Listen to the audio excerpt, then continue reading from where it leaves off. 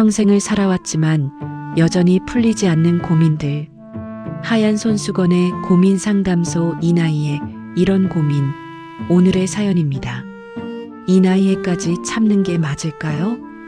며느리 딸 앞에서 자꾸 작아지는 제가 싫습니다.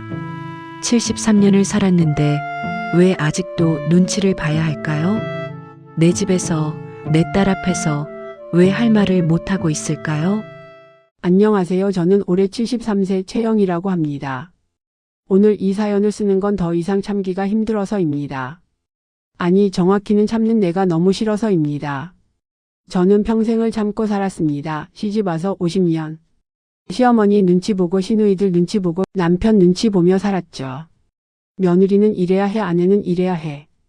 엄마는 이래야 해, 그렇게 배웠으니까요. 남편은 3년 전에 먼저 갔습니다. 이제 저 혼자 이 큰 집에 살고 있어요. 아들 하나, 딸 하나 키웠는데 둘 다 장성해서 잘 살고 있습니다.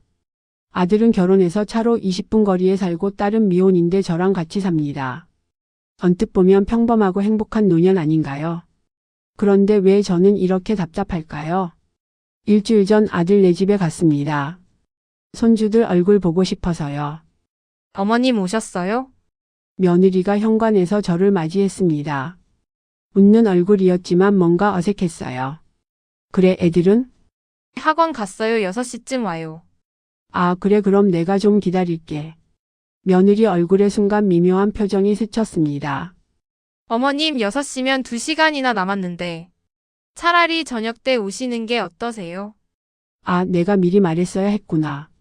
갑자기 와서 불편하게 했나 보다. 아, 그래? 그럼 내가 그냥 갈까? 아니에요. 계세요. 제가 차 드릴게요. 며느리는 부엌으로 들어갔습니다. 저는 부엌 식탁에 앉았어요. 그런데 뭔가 불편했습니다.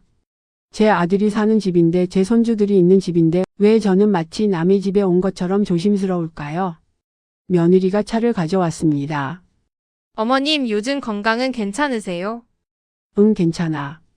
혹시 병원 다니실 거 있으면 말씀하세요. 제가 모셔다 드릴게요. 아니야, 괜찮아. 짧은 대화만 오갔습니다. 그때 제가 물었어요. 은수가 요즘 공부는 잘하니? 네, 잘해요. 학원은 몇 시까지 하니? 9시요. 9시. 그렇게 늦게까지? 아이가 힘들지 않을까? 순간 며느리의 표정이 굳었습니다. 어머님 요즘은 다들 그래요. 안 보내면 뒤처지거든요. 그래도 초등학생인데. 어머님, 며느리가 찻잔을 내려놓았습니다. 제가 은수 엄마니까 제가 판단할게요. 걱정 안 하셔도 돼요. 그 말에 저는 입을 다물었습니다. 아, 내가 오지랖을 떨었구나. 며느리가 알아서 할 텐데. 집에 돌아왔습니다. 딸 은경이가 퇴근해서 들어오더니 말했어요. 엄마 주말에 내 친구들이랑 제주도 가기로 했어. 그래? 재밌겠다. 잘 다녀와. 근데 엄마, 은경이가 조심스럽게 말했습니다. 그 주말이 광복절 연휴잖아. 엄마 혼자 계실 텐데. 오빠네 집에 가 있어. 나 혼자서도 잘 있어. 그래도 3일이나 혼자 계시면. 은경아, 엄마 73살이지 7살 아니야. 혼자 밥도 해먹고 잘 지낼 수 있어.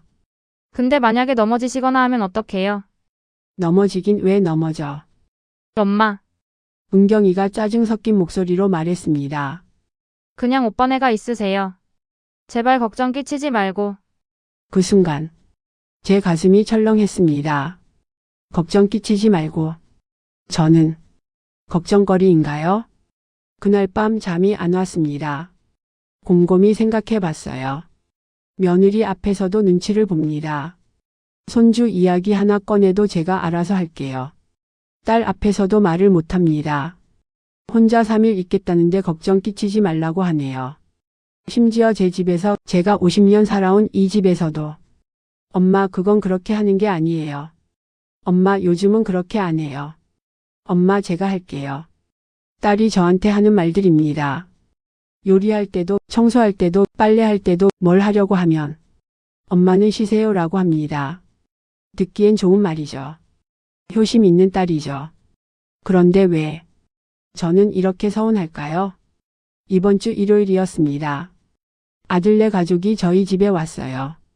오랜만에 온 가족이 모였죠. 제가 아침부터 준비했습니다. 아들이 좋아하는 갈비찜, 손주들이 좋아하는 잡채, 딸이 좋아하는 나물 4시간 동안 부엌에서 일했어요. 가족들이 도착했습니다. 어머니 또 이렇게 많이 준비하셨어요? 며느리가 식탁을 보며 말했습니다. 응, 너희 오는데 당연히 해야지. 어머님 힘드실 텐데 그냥 배달시키지 그러세요. 아니야, 괜찮아. 그래도 내가 해준 게 맛있지. 그때 딸 은경이가 말했습니다. 엄마 요즘 배달 음식 진짜 맛있어요. 그리고 엄마 나이에 4시간씩 서 계시면 안 돼요. 무리하시면 어떡해요? 나 괜찮아. 괜찮긴요. 엄마 다리 아프시잖아요. 왜 자꾸 무리하세요? 그 순간 제 입에서 말이 튀어나왔습니다. 그럼 내가 뭘 해? 식탁이 조용해졌습니다. 요리도 하지 말고 청소도 하지 말고 손주들 챙기는 것도 오지랖이고. 그럼 나는 뭘 하라는 거야? 제 목소리가 떨렸습니다. 나는 너희 엄마야. 너희 시어머니고 할머니야. 근데 뭘 해도 눈치를 봐야 해. 며느리가 조용히 말했습니다. 어머님 그게 아니라 아니긴 뭐가 아니야. 저도 모르게 목소리가 커졌습니다. 손주 학원 이야기 하나 꺼내면 제가 알아서 할게요. 그러잖아. 그건 어머님이 너무 걱정하시니까. 걱정하는 게 죄야.